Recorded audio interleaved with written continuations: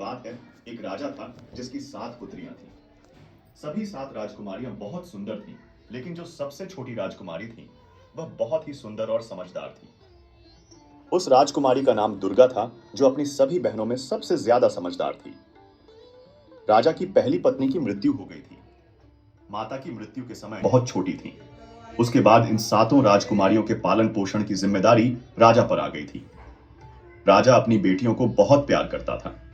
राजा उन सभी राजकुमारियों की बहुत अच्छे से देखभाल करता था। उन्हें माता और पिता दोनों का प्यार देता था। राजा चाहता था कि राजकुमारियों को ऐसा ना लगे कि उनकी मां नहीं है। वह उनके लिए तरह तरह के भोजन बनवाता और अच्छे अच्छे कपड़ों का भी प्रबंध करता था।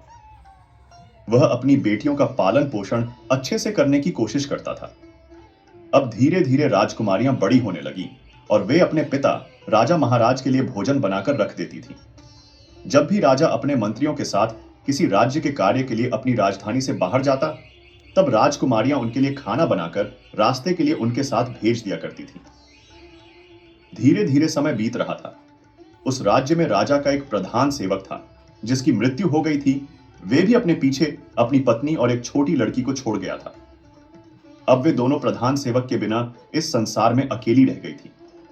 राजा की 7 लड़कियां अपने पिता के लिए भोजन तैयार करती थीं। जब वह राजकुमारियां भोजन तैयार कर रही होती थीं, उसी समय उस प्रधान सेवक की पत्नी, जो कि विधवा थी, उनके पास आती और राजा की बेटियों से थोड़ी सी आग मांगती थी। राजा की छोटी बेटी दुर्गा को वो औरत बिल्कुल भी पसंद नहीं थी। वह उसका अपमान कर देती थी और कहती थी कि अपने घर जाकर स्वयं आग जलाओ। तुम रोज रोज हमसे आग मांगने क्यों आ जाती हो? लेकिन उस औरत पर इस बात का कोई असर नहीं होता था। वह विधवा औरत प्रतिदिन उनसे आग मांगने के लिए आने लगी। उसे छोटी राजकुमारी कितना भी बेइज्जत और मना करती, लेकिन उस पर कोई असर नहीं होता था। राजकुमारी दुर्गा की जो 6 बड़ी बहनें थीं, वे अपनी छोटी बहन को बहुत समझाती कि दुर्गा शांत रहा करो। वह महिला बेचारी विधवा है, और यदि हम इसको थोड़ी सी लकड़ी की आग दे देंगी और ये उससे आग जला लेगी तो क्या हो जाएगा? जब देखो, तुम उस औरत से लड़ती झगड़ रहती हो। इसके साथ ही तुम उसको इतना भला बुरा भी सुनाती हो। इसमें उस बेचारी का क्या कसूर है? वह हमारे यहां आकर केवल हमारे चूल्हे से थोड़ी सी आग ही तो लेने आती है।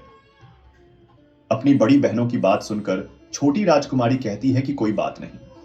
आज तुम्हें मेरी बात समझ नहीं आती, लेकिन देख लेना, एक ना एक दिन यह औरत हमारे लिए बहुत बड़ी मुसीबत पैदा कर देगी। यह सिलसिला इसी तरह चलता रहा। वह औरत रोज उनके घर पर आग मांगने जाती और जैसे तैसे सबसे नजर बचाकर राजा के खाने में राख मिला देती, क्योंकि वह विधवा औरत बड़ी ही अजीब स्वभाव की थी। वह जल्दी जल्दी से राख मिलाकर राजा का बना हुआ भोजन खराब कर देती थी। धीरे धीरे राजा को भी अपने खाने में कुछ खराबी महसूस होने लगी थी। वह जानता था कि उसके लिए खाना उसकी बेटियां बनाती है। राजा अपनी पुत्रियां से बहुत अधिक प्रेम करता था, इसलिए वह समझ नहीं पा रहा था कि उसकी पुत्रियां उसके खाने को क्यों बिगाड़ देती हैं। उसे इस बात का विश्वास नहीं हुआ कि आखिर खाना इतना खराब क्यों लगता है। एक दिन राजा ने सोचा कि सच्चाई जानने के लिए मुझे अपनी बेटियों पर नजर रखनी चाहिए, क्योंकि मेरी बेटियां मेरे लिए ऐसा तो नहीं कर सकती है कि वे मेरा खाना खराब कर दे। ऐसा सोच विचार करके राजा अपने कक्ष में चला गया। अब राजा जब उसकी पुत्रियां खाना बना रही थीं, तो उन्हें खाना बनाते हुए छिपकर देखने लगा कि मेरी बेटियां किस मकसद के लिए मेरे खाने को खराब करती हैं। ऐसा खराब खाना खिलाकर वे मुझे क्यों मारना चाहती हैं? अपने मन में ऐसा विचार करते हुए राजा अपनी पुत्रियों को देखने लगा, क्योंकि वह अपने पुत्रियों से प्यार भी बहुत करता था। उसने अपनी पुत्रियों को खाना बनाते हुए दीवार के गुप्त झरोखे से देखा। वह जानना चाह रहा था कि मेरी बेटियां कैसे खाना खराब करती हैं। उसके 7 बेटियां सावधानी से चावलों को धो रही थीं और बड़ी ही स्वच्छता से भोजन को तैयार कर रही थीं। जैसे ही सभी प्रकार के भोजन बनकर तैयार हो गए, तो उसने देखा कि उसकी बेटियों ने बड़ी सावधानी और स्वच्छता के साथ भोजन को चूल्हे से दूर हटाकर रख दिया। इसके बाद राजा ने जो देखा, उसे देखकर वह बड़ा ही आश्चर्यचकित हुआ। राजा ने देखा कि प्रधान की विधवा आग लेने के लिए उनके घर पर आई और उसने अपने घर पर भोजन को पकाने के लिए आग मांगी। तभी दुर्गा उस पर क्रोधित हो गई और उसे खरी खोटी सुनाने लगी। दुर्गा उससे कहने लगी, जब देखो मुंह उठाएं, आग मांगने चली आती है। फिर दुर्गा की दूसरी बहनों ने उसे समझाया, कोई बात नहीं, आग ही तो मांग रही है, तुम गुस्सा मत करो, जब वे आग लेकर जाने लगी तो उसने राजकुमारियों की नजर से बचकर सारे खाने में राख मिला दी। इस प्रकार उसने सबसे नजरें बचाकर सारा खाना खराब कर दिया। जब राजा ने देखा कि उसकी बेटियों ने तो बहुत साफ सफाई और बड़े सुंदर तरीके से खाना बनाया था, लेकिन प्रधान की पत्नी ने लकड़ी लेने के बाद खाने के सामान में राख मिला दी है, तो राजा बहुत क्रोधित हुआ और वह अपने राजमहल में दरबार लगाकर बैठ गया। उसने तुरंत अपने आदमियों को प्रधान की पत्नी को पकड़कर लाने के लिए भेज दिया और उनसे कहा कि प्रधान की पत्नी को मेरे सामने शीघ्र पेश करो। विधवा औरत को राजा के दरबार में लाया गया। जब राजा ने उससे इस सारी घटना के बारे में पूछा तो उस विधवा औरत ने कहा कि महाराज, मुझे क्षमा करें, मैं तो एक खेल खेल रही थी और मैं तो यह देखना चाहती थी कि आप कितने चतुर और समझदार हैं और कैसे इस समस्या का समाधान निकालते हैं। वह औरत महाराज की प्रशंसा करते हुए कहने लगी, महाराज, आप तो बहुत ही न्यायप्रिय और समझदार हो। इस प्रकार उस औरत ने राजा को अपनी मीठी मीठी बातों में उलझा दिया। उसकी ऐसी बातें सुनकर राजा भी उसकी समझदारी के कारण उस पर अत्यधिक प्रसन्न हो गया और उस पर मोहित भी हो गया। राजा ने उसको दंड देने के स्थान पर उसको रानी बनाने का निर्णय कर लिया और इस तरह उससे विवाह कर लिया। अब वे प्रधान की विधवा पत्नी विवाह करके राजमहल में आ गई। अब वे विधवा से रानी बन गई। अब यह नई रानी राजा की पहली पत्नी से पैदा हुई। सातों बेटियों से बहुत अधिक नफरत और घृणा करने लगी। वह चाहती थी कि किसी भी प्रकार से यह सातों राजकुमारियां महल से निकल जाए। राजकुमारियों को महल से निकालने के लिए वह नई नई साजिशें रचने लगी और विचार करने लगी जैसे भी हो उनको किसी भी तरह महल से भगा देने के बाद राजा की सारी धन संपत्ति के साथ साथ सभी प्रकार के ऐश्वर्य भी केवल उसके लिए ही होंगे। वे और उसकी अपनी पुत्री अब राज करेंगी। वह चाहती थी कि उसकी अपनी पुत्री राजमहल में राजकुमारी बनकर रहे, उसकी अपनी पुत्री को ज्यादा सम्मान मिले। लेकिन राजा अपनी पुत्रियां को भी बहुत प्यार करता था। उसको अपनी पुत्रियों के प्रति बहुत ही करुणा और दया थी। राजा अपनी पुत्रियां को बिल्कुल भी दुख में नहीं देख सकता था। दूसरी ओर नई रानी हर प्रकार से राजा की पुत्रियों को दुखी करना चाहती थी। वे उन्हें पूरा दिन कार्यों में लगाए रखती थी। धीरे धीरे अब वे राजा की सातों पुत्रियों को खाने के लिए भरपेट खाना भी नहीं देती थी।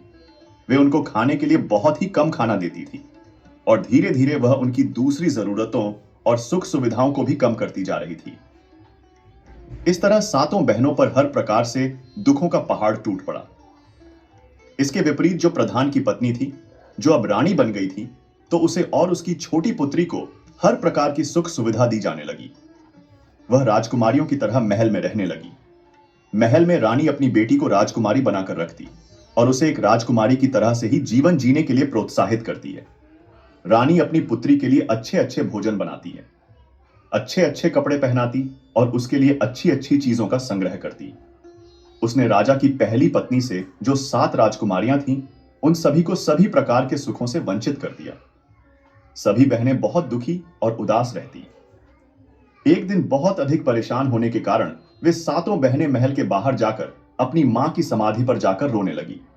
वहां जाकर वे अपनी मां से इस प्रकार से कहने लगी, मां, क्या तुम अपनी बेसहारा लाचार बेबस पुत्रियों को नहीं देख सकती हो? हम सब कितनी अधिक दुखी हैं। मां, हमारी सौतेली मां, हम पर कितने जुल्म ढा रही हैं। हम भूख प्यास से तड़प रही हैं। मां, अब हम क्या करें? धीरे धीरे यह उनका रोज का काम हो गया। दिन में जब भी वह दुखी होती, वह अपनी मां की समाधि पर चली जाती और रोते हुए अपनी मां से अपना दुख कहती। एक दिन जब वह सभी अपनी मां की कब्र पर बैठी हुई रो रही थी और सिसकियां भर रही थी, तभी उन्होंने देखा कि उनकी मां की समाधि पर एक बहुत ही सुंदर अनार का पेड़ उत्पन्न हो गया। जल्दी ही वह पौधा पूरी तरह से ताजे, सुंदर और स्वादिष्ट फलों से भर गया। अब वे सभी सातों बहनें उन फलों को खाकर अपनी भूख को शांत करने लगी। हर रोज जब उनकी सौतेली मां उनको खाने के लिए पर्याप्त भोजन नहीं देती थी, तो वे सब अपनी मां की समाधि पर आकर इस तरह से अनार के फलों को खाकर अपनी भूख को शांत करने लगी। आगे चलकर उन सब बहनों ने अपनी सौतेली मां के द्वारा दिया जाने वाला घटिया भोजन खाना बंद कर दिया और केवल अनार के फलों को खाकर ही जीवित रहने लगी, क्योंकि वे अनार का वृक्ष एक अद्भुत पेड़ था। उस पेड़ से फलों को जितना अधिक तोड़ा जाता, अगले दिन उससे अधिक पके और सुंदर स्वादिष्ट फल लग जाते, जो इन सब बहनों के लिए भोजन के लिए पर्याप्त होते थे। उन सातों बहनों की सौतेली मां अब यह सोचने लगी कि यह सातों भोजन भी नहीं करती है और मैं भी इन सातों बहनों को खाने के लिए कुछ भी नहीं देती हूँ। मैं इन्हें इतना दुखी करती हूँ और सारे दिन इनसे इतना काम करवाती हूँ, फिर भी यह सभी इतनी सुंदर और स्वस्थ कैसे दिखाई दे रही है। इनमें से कोई बीमार भी नहीं लग रही और इनकी सुंदरता भी हमेशा बढ़ रही है। यह सब कैसे हो रहा है, जबकि अपनी बेटी को मैं इतना कुछ अच्छा अच्छा खिलाती हूं, तब भी वह इनके आगे बदसूरत लगती है। इस तरह से अब सातों राजकुमारियां अपनी मां की समाधि पर जाती, सुंदर स्वादिष्ट अनार के पके फलों को खाती और अपनी मां का इसके लिए धन्यवाद करती। जब उनकी सौतेली मां से रहा नहीं गया तो उसने इसका रहस्य जानने की सोची और एक दिन उनकी सौतेली मां ने अपनी बेटी को उनका पीछा करने के लिए कहा। आप जब राजा की सातों बेटियां पूरा काम निपटाकर जैसे ही बाहर जाने लगी, तब उनकी सौतेली मां की बेटी उनका पीछा करते हुए उस समाधि के पास पहुंच गई और उसने देखा कि सातों की सातों बहनें अनार के पके हुए फलों को इकट्ठा कर रही है। अब दुर्गा ने उसे देख लिया और उसे देखकर दुर्गा ने अपनी दूसरी बहनों से कहा कि तुम सब क्या देख रही हो? यह लड़की हम सबका पीछा कर रही है, हम सबको देख रही है। चलो हम मिलकर इसको यहां से भगा देते हैं, इन अनार के फलों को छुपा देते हैं, नहीं तो यह यहां से जाकर सारी बातें अपनी मां को बता देगी और यह हमारे लिए बहुत बड़ी परेशानी पैदा कर सकती है। लेकिन दुर्गा की दूसरी बहनों ने कहा, अरे नहीं नहीं दुर्गा, तुम इतनी अधिक परेशान मत हो, यह लड़की तो निर्दोष है। इसकी मां हमें कष्ट देती है तो इसमें इसका क्या कसूर है? ऐसा कहकर वे उसे अपने पास बुला लेती है और उसको भी खाने के लिए कुछ अनार दे देती है। अब वह लड़की अपने घर आकर अपनी मां से कहती है कि मां, यह सभी कोई भूखी नहीं रहती है, इनकी मां की समाधि पर एक अनार का पेड़ है, यह सभी उस पेड़ से अनार के फल तोड़कर खाती है और उस पौधे के अनार बहुत ही ज्यादा स्वादिष्ट है। अद्भुत है, ऐसा मीठा फल अपने जीवन में मैंने आज तक कभी नहीं खाया। बेटी के मुख से ऐसी बातें सुनकर रानी बहुत गुस्से में आ गई और वह सोचने लगी कि अब मैं इन्हें वहां से फल खाने से कैसे रोकूं। अगले दिन उसने अपना पूरा समय अपने कक्ष में ही बिताया। राजा ने अपने कक्ष में आकर रानी से पूछा कि रानी, तुम्हारे दुख और उदासी का क्या कारण है? रानी ने राजा से कहा कि मेरे सिर में बहुत दर्द है और ऐसा लगता है कि जैसे यह दर्द मेरी जान ले लेगा। अगर कोई मुझे मेरे इस दर्द से मुक्त कर सकता है तो वह अनार का सुंदर पेड़ है जो तुम्हारी पहली पत्नी की समाधि पर है, वह Looking good, Sarah. Come on now. दूर कर सकता है। राजा के पूछने पर उसने कहा कि उस पेड़ को उखाड़कर उसकी जड़, उसके तने और साथ में उसके पत्तों को पानी में उबालकर जो जल तैयार होगा, उस उबले जल से मेरे सिर की मालिश करने पर और मेरे द्वारा उसका सेवन करने पर मेरे सिर का दर्द ठीक हो जाएगा। रानी की बात मानकर राजा ने उसी समय अपने नौकरों को अपनी पहली पत्नी की समाधि पर भेजा और कहा कि समाधि पर जो अनार का पेड़ है उसको तना और पत्तों समेत लेकर मेरे पास यहां लेकर आओ। सेवकों ने तुरंत राजा की आज्ञा का पालन किया और उस सुंदर अनार के पौधे को जड़ सहित उखड़ कर ले आए। जैसे रानी ने बताया था, ठीक उसी प्रकार राजा ने सेवकों के द्वारा उस पौधे को जल में उबालकर रानी के लिए उसे औषधि के रूप में तैयार करवा दिया। उससे रानी के सिर की मालिश की गई और उसका सेवन करवाया गया। सेवन करने के बाद उस क्रूर रानी ने राजा से कहा कि अब मैं बिल्कुल ठीक हो गई हूं और बहुत अच्छा महसूस कर रही हूं। आपने मेरे लिए इतना सब कुछ किया, इसके लिए आपका बहुत धन्यवाद। तब राजा ने कहा कि नहीं रानी, यह तो मेरा हक है। जब अगले दिन सातों बहनें अपनी मां की समाधि पर गई तो उन्होंने देखा कि वहां समाधि पर से अनार का वो सुंदर पौधा गायब हो चुका है। यह देखकर वह सभी परेशान हो गई और उन्होंने बहुत दुखी होकर रोना शुरू कर दिया। वे सोचने लगी कि अब वहां मां की समाधि पर अनार का पेड़ भी नहीं है, वे कहां जाएंगी और क्या खाएंगे। अनार का पेड़ ना होने के कारण अब वे सभी फिर से भूखी मरने लगेंगी। दुखी होकर वे अपनी मां से प्रार्थना करने लगी। तभी उन्होंने देखा कि अनार के पेड़ के स्थान पर एक छोटा सा तालाब बन गया जो मक्खन जैसे पदार्थ से भरा हुआ था, जो जल्द ही सफेद ठोस रोटी की तरह बन गया, जिसको रोती हुई सभी बहनों ने बहुत ही आश्चर्य के साथ देखा। यह देखकर सभी बहनें बहुत खुश हुई और उसमें से कुछ रोटी को लेकर खाने लगी, जो खाने में बहुत ही अधिक स्वादिष्ट थी और उन्हें बहुत पसंद भी आई। अगले दिन भी वही हुआ और इसके बाद अब रोजाना यही होने लगा। हर रोज सभी राजकुमारियां अपनी मां की समाधि पर जाती और देखती कि एक छोटे से तालाब में पहले मक्खन बनता है, फिर वह मक्खन रोटी का रूप ले लेता है और उस रोटी को खाकर वह सब अपनी भूख को शांत कर लेती। अनार का पेड़ उखड़ जाने के बाद भी सातों राजकुमारियों की पहले जैसी हालत देखकर रानी परेशान हो गई। उस दुष्ट रानी ने अपनी पुत्री को बुलाकर कहा, मुझे पता नहीं यह क्या हो रहा है। मैंने तो उस अनार के पौधे को नष्ट कर दिया है जो रानी की समाधि पर उगा था, फिर भी वे सब लड़कियां बिल्कुल भी दुखी नहीं लगती, और ना ही वह दुबली पतली हुई है। फिर वह अपना भोजन कहां से खाती है, क्योंकि महल में जो भोजन मैं उन्हें देती हूं उसे तो वह खाती नहीं है। इसलिए तुम फिर से उनका पीछा करके पता लगाओ। रानी ने अपनी पुत्री से कहा कि वह उन पर नजर रखें और देखें कि क्या माजरा है। पहले की तरह अगले दिन भी सातों बहनें अपनी मां की समाधि पर चली गई, और जब वे वहां जाकर मक्खन से बने रोटी को खा रही थी, तभी सबसे पहले दुर्गा ने सौतेली मां की बेटी को देखा जो छुपकर उन पर नजर रख रही थी। उसने अपनी बहनों से कहा कि देखो, यह लड़की दोबारा यहां पर आ गई है और हम पर नजर रख रही है।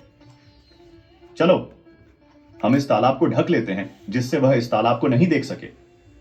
अगर हमने अपनी रोटी का छोटा सा टुकड़ा भी इसको दिया तो यह जाकर अवश्य ही अपनी दुष्ट मां को बता दे, और यह हमारे लिए दुर्भाग्य की बात होगी, क्योंकि वह दुष्ट रानी फिर से कोई ना कोई षड्यंत्र रचेगी। दुर्गा की बड़ी बहनों ने समझा कि दुर्गा बिना किसी बात के उस बेचारी पर संदेह कर रही है, इसलिए उन सब ने उसके सुझाव पर बिल्कुल भी ध्यान नहीं दिया, और उसके विपरीत इन्होंने प्रधान की पुत्री को भी स्वादिष्ट रोटी खाने के लिए दे दी। क्योंकि राजा की 6 बेटियां बिल्कुल भी भोली भाली थीं, इसीलिए जब दुर्गा उनको कुछ कहती थी तो उनके कुछ भी समझ में नहीं आता था, और वह सोचती थी कि यह छोटी है, इसीलिए इसे कुछ ज्यादा ही संदेह हो रहा है। जब उनकी सौतेली मां को सातों राजकुमारियों के बारे में यह रोटी वाली बात पता चली तो वह क्रोध से बहुत लाल पीली होने लगी, और उसके साथ ही उसने अपने नौकरों को बुलाकर कहा कि अभी जाओ, रानी की समाधि को वहां से उखाड़ दो, और उसके पास में जो छोटा सा तालाब है उस तालाब को कूड़ा करकट आदि से भरकर नष्ट कर दो। अब जब सब राजकुमारी ने यह देखा कि उनकी मां की समाधि ही नहीं है तो वह बहुत ही ज्यादा दुखी हुई, जोर जोर से रोने लगी, क्योंकि अब तो उनके पास में कोई और चारा था ही नहीं। इस पर भी रानी संतुष्ट नहीं हुई। एक दिन रानी फिर से भयंकर बीमारी का बहाना करके अपने कक्ष में पड़ी रही और महाराज को बुलाया गया। महाराज ने आकर रानी की बीमारी का कारण जानना चाहा। राजा ने कहा कि चाहे मेरा सारा साम्राज्य बिक जाए, लेकिन मैं तुम्हारी बीमारी को ठीक करने के लिए तुम्हें अच्छे से अच्छे वैद्य को और तुम्हें बिल्कुल ठीक कर दूंगा। लेकिन वह रानी तो अपनी चाल चल रही थी, वह तो स्वभाव से ही दुष्ट थी। तो वह दुष्ट रानी कहने लगी कि इतना कुछ करने की जरूरत नहीं है, मेरे जीवन को तो केवल तुम्हारा एक छोटा सा कार्य ही बचा सकता है। राजा ने कहा, तुम कहो तो सही, जो तुम कहोगी मैं उसे अवश्य पूरा करूंगा, इसके लिए मैं तुमसे प्रतिज्ञा करता हूं। फिर रानी ने कहा, मेरे जीवन को बचाने के लिए तुम एक कार्य कर दो। आपके जो पहली पत्नी से 7 राजकुमारियां हैं, आप उनकी हत्या कर दो, और उनकी हत्या करने के बाद उनका खून मेरे सर और मेरी हथेली पर लगाना। इस तरह से उनकी मृत्यु से मेरा जीवन बच जाएगा। इन शब्दों को सुनकर राजा दुख से भर गया। उसके पैरों के नीचे से जैसे जमीन ही गायब हो चुकी थी। वे मूर्छित सा होकर गिरने वाला हो गया, लेकिन फिर भी राजा ने अपने आप को संभाल लिया, क्योंकि राजा को अपनी प्रतिज्ञा टूटने का भय था, और वह अपनी बेटियों को अपनी जान से ज्यादा प्यार करता था। फिर राजा ने अपना मन को कठोर कर किया और राजकुमारियों की तलाश करने लगा। फिर राजा ने अपनी 7 राजकुमारियों को अपनी मां की समाधि पर बैठे देखा। राजा उनके पास पहुंचा तो उसने देखा कि उसकी 7 पुत्रियां अपनी मां की समाधि के पास बैठकर रो रही थी। अपने पुत्रियों की ऐसी हालत देखकर राजा कांप हृदय का उठा, क्योंकि वो अपनी बेटियों से बहुत ही प्रेम करता था। एक तरफ उसकी रानी की इच्छा और राजा की प्रतिज्ञा, और दूसरी तरफ उसकी बेटियों का जीवन उसे समझ नहीं आ रहा था कि वह क्या करे। अब राजा को कुछ कुछ समझ में आ रहा था कि उसकी बेटियां सौतेली मां के साथ खुश नहीं है, और सौतेली मां भी उन्हें खुश नहीं रख पा रही है। अपने पुत्रियों के पास पहुंचकर राजा प्रेम पूर्वक अपनी पुत्रियों से बोला कि तुम मेरे साथ इस महल से बाहर जंगल में चलो। पिता की बात मानकर वह सभी उसके साथ चल पड़ी। वह उन सभी को लेकर जंगल की ओर चल दिया। जंगल में कुछ दूर जाकर एकांत में राजा ने आग लगाई और उन सब के लिए कुछ चावल को पकाकर उनको खाने के लिए दिया। दोपहर का समय था। इस समय बहुत अधिक गर्मी हो रही थी, जिसके कारण सभी 7 बहनें खाना खाने के बाद गहरी नींद में सो चुकी थी। जब राजा ने देखा कि सातों बहनें सो चुकी हैं, तो वह चोरी से छुपकर उन लड़कियों से निगाह बचाकर वहां से भाग गया। उन सबको गहरी नींद में सोते हुए राजा ने वहीं पर छोड़ दिया। राजा अपने मन में यह सोचकर खुश था कि चलो, हमारी पुत्रियां जहां कहीं भी रहेंगी, कम से कम जीवित और ठीक तो रहेंगी। वे अपनी सौतेली मां के अत्याचारों से तो बची रहेंगी या कहीं जाकर अपना जीवन गुजार लेंगी। साथ ही उसने भगवान से प्रार्थना की कि वे इस एकांत जंगल में उसकी पुत्रियों को भूखे प्यासे किसी जानवर के भोजन के रूप में मृत्यु को प्राप्त हो जाने से बचाए। राजा इस प्रकार सोचते हुए और बार बार भगवान से प्रार्थना करते हुए वहां से चला गया। राजा ने वापस आते समय जंगल में एक हिरण को मारा और उसके खून को लेकर महल में वापस आ गया। उसने रानी के सिर और हथेली पर उस हिरण के खून को लगा दिया। उस क्रूर रानी ने सोचा कि राजा ने सच में सातों राजकुमारियों को मार दिया है। उसने राजा से कहा कि अब वह बिल्कुल ठीक महसूस कर रही है। उधर जंगल में राजा के चले जाने के बाद सातों बहनों की नींद खुल गई। उन्होंने अपने आप को घने जंगल में अकेले पाया। जब उन्होंने अपने चारों तरफ भयंकर जंगली जानवरों की आवाजों को सुना, तो उन आवाजों को सुनते ही वे डर कर कांपने लगी। उनका पूरा शरीर भय से कांपने लगा, जिसके कारण वे सब रोने और चिल्लाने लगी। अपने आप को वहां अकेला पाकर वह अपनी पूरी शक्ति लगाकर अपने पिताजी को पुकारने लगी। उन्हें आशा थी कि उनकी आवाज को सुनकर उनके पिता जरूर आएंगे, लेकिन उन सबको ऐसा करते हुए बहुत समय गुजर गया, लेकिन राजा नहीं आए। उन सबको अपनी आवाज के सिवाय ऐसा सुनाई दे रहा था, वहां पर इसके अतिरिक्त वहां कुछ नहीं था। ठीक उसी दिन उस जंगल में एक दूसरे पड़ोसी राज्य के साथ राजकुमार वहां शिकार खेलने के उद्देश्य से आए थे। जब वे सब अपने राज्य के लिए प्रस्थान कर रहे थे, तब उन राजकुमारों में से सबसे छोटे राजकुमार ने अपने भाइयों को रोकते हुए कहा कि भाई, जंगल में जरूर कोई फंसा हुआ है और हम सबको उनकी सहायता करने के लिए चलना चाहिए। शायद वे किसी को पुकार रहे हैं। अब सब लोग यही ठहर जाओ। मैं समझता हूं कोई रो रहा है और किसी को बुला रहा है। क्या तुम सब इस आवाज को नहीं सुन रहे? चलो उस दिशा में चलते हैं जहां से यह आवाज आ रही है और तलाश करते हैं कि यह कौन है। इस तरह से छोटे राजकुमार ने अपने 6 भाइयों को बताया, तो सातों राजकुमारों ने जंगल को चीरते हुए अपने रथों को उसी दिशा में दौड़ा दिया जिस दिशा से वह रोने की आवाज आ रही थी। कुछ ही समय में वे 7 राजकुमार जंगल में उस जगह पर पहुंच गए जहां पर वे सातों बहनें विलाप करते हुए रो रही थी। उन सबको इस तरह से विलाप करते हुए देखकर राजकुमारों को दया आ गई। सबसे बड़ा राजकुमार बहुत अधिक आश्चर्यचकित हुआ और उसने बड़ी ही व्याकुलता से उनसे पूछा कि तुम सब यहां पर कैसे फंस गई हो और तुम कौन हो? उन राजकुमारियों ने अपनी सारी कहानी उन सातों भाइयों को सुना दी। तब सातों राजकुमारों ने यह निश्चय किया कि भगवान की कृपा से यह सातों राजकुमारियां हमें मिली हैं। इनको हमें अपने साथ अपने राज्य में ले जाना चाहिए और इनके साथ विवाह करके इन्हें अपने साथ ही रखना चाहिए। इस तरह से सबसे बड़े राजकुमार ने सबसे बड़ी राजकुमारी से विवाह किया। दूसरे ने दूसरी राजकुमारी से। इस तरह से सातों राजकुमारों ने विवाह कर लिया। सबसे छोटे राजकुमार ने राजकुमारी दुर्गा से विवाह कर लिया, जो कि सबसे अधिक बुद्धिमान और सुंदर थी। 7 राजकुमारों की शादी 7 राजकुमारियों से हो गई। Take it